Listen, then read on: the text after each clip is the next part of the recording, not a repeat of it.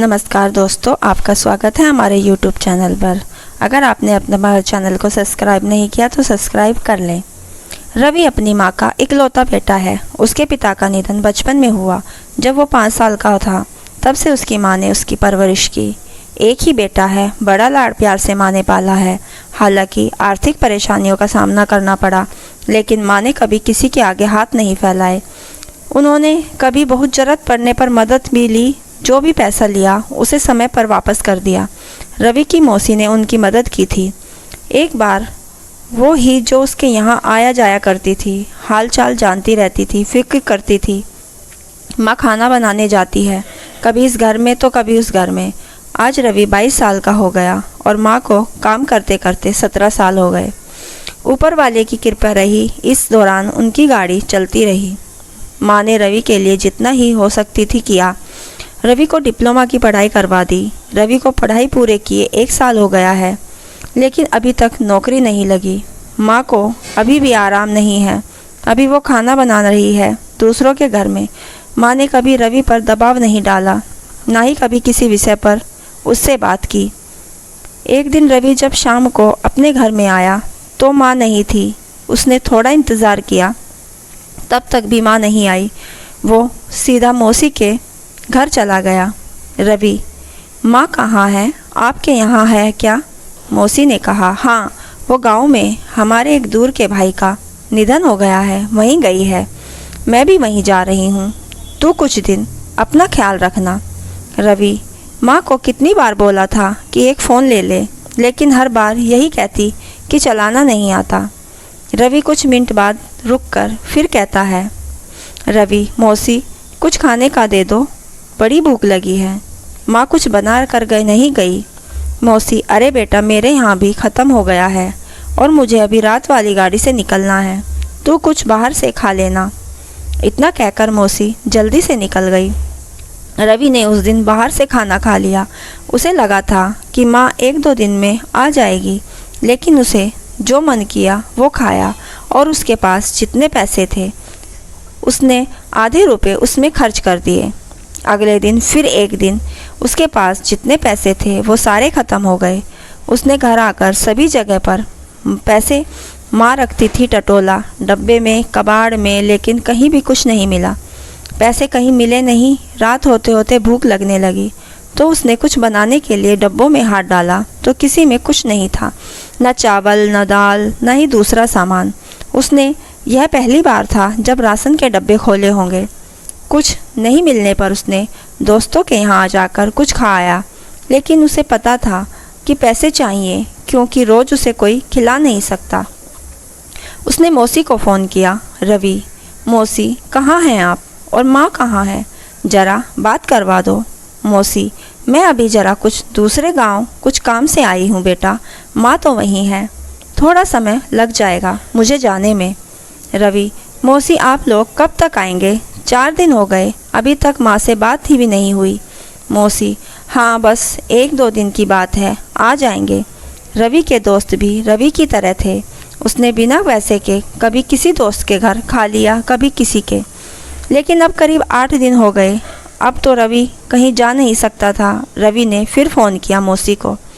रवि, मौसी आप फ़ोन उठाती नहीं हैं, कहाँ हैं? आप लोग मुझे बताएं, मैं आ जाता हूँ। माँ ने भी कभी कुछ बताया नहीं। ऐसा भी कोई रिश्तेदार है किसी गांव में? मौसी, अरे हम लोग आने ही वाले थे, लेकिन अभी यहाँ कोई नहीं है। हम लोग को थोड़ा समय लगेगा, कुछ परेशानी हो गई है। रवि, क्या परेशानी है? माँ तो ठीक है ना? मौसी, हाँ, माँ ठीक है। रवि, तो आप मेरी बात क्यों नहीं कराते? मौसी कहती है, करवाती हूँ, मैं अब पक्का करवाती हूँ समय मिलने पर। रवि, मौसी मेरे पास खाने का कुछ नहीं बचा, पैसे भी नहीं हैं, कल शाम से कुछ खाया नहीं। आप थोड़े पैसे किसी को देने को कहो, माँ से बोलो। मौसी कहती है, अच्छा तो तू एक काम कर, फ़ोन में कैटरिंग वाले भैया का नंबर है, उनसे बात कर ले, माँ का नाम ले लेना। रवि ने फ़ोन रखते ही कैटरिंग वाले भैया को फ़ोन किया। उन्होंने कहा उनसे आकर मिले।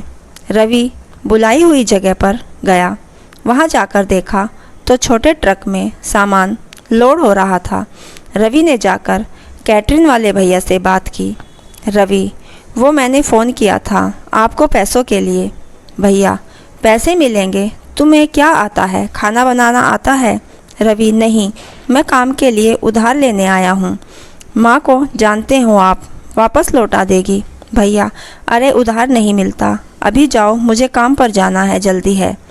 रवि को लगा कि आज भी उसे भूखा सोना पड़ेगा। उसने सोचा, काम पर जाता हूँ, वहाँ खाना भी मिलेगा और पैसे भी।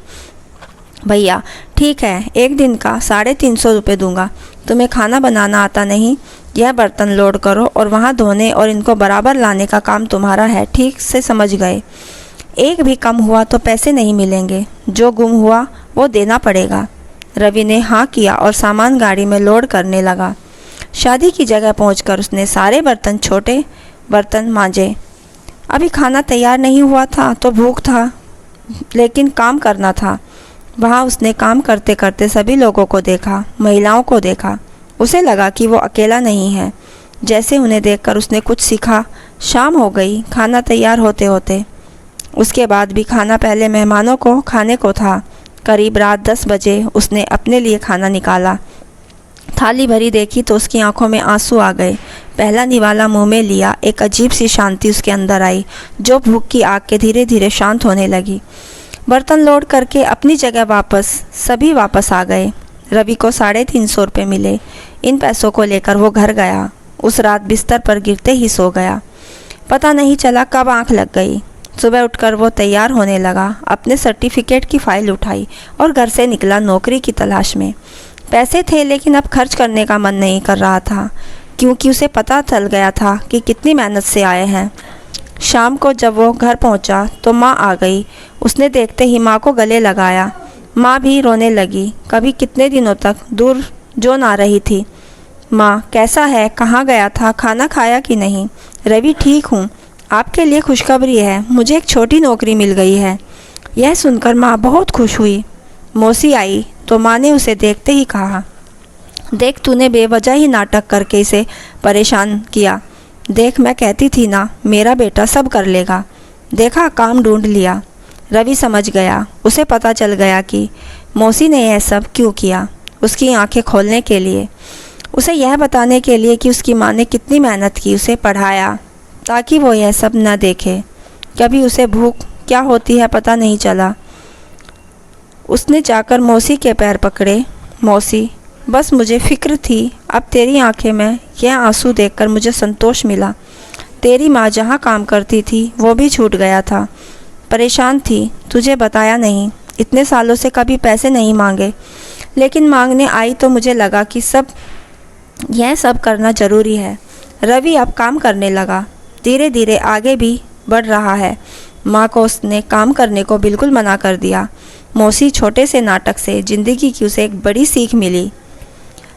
दोस्तों, आपको यह कहानी कैसी लगी हमें कमेंट करके बताइए। इसी तरह की अच्छी कहानियाँ आप यहाँ पढ़ सकते हैं। यहाँ उपस्थित शिक्षाप्रद कहानियाँ आपका मनोरंजन करने के साथ दिशा भी देगी। तो बने रहिए हमारे साथ और हमारे प्रयास को सफल बनाइए। दोस्तों, अगर आपने हमारे चैनल को अब तक सब्सक्राइब नहीं किया तो सब्सक्राइब कर लें, लाइक शेयर ज़रूर करें और पूरी कहानी सुनने के लिए आपका दिल से धन्यवाद।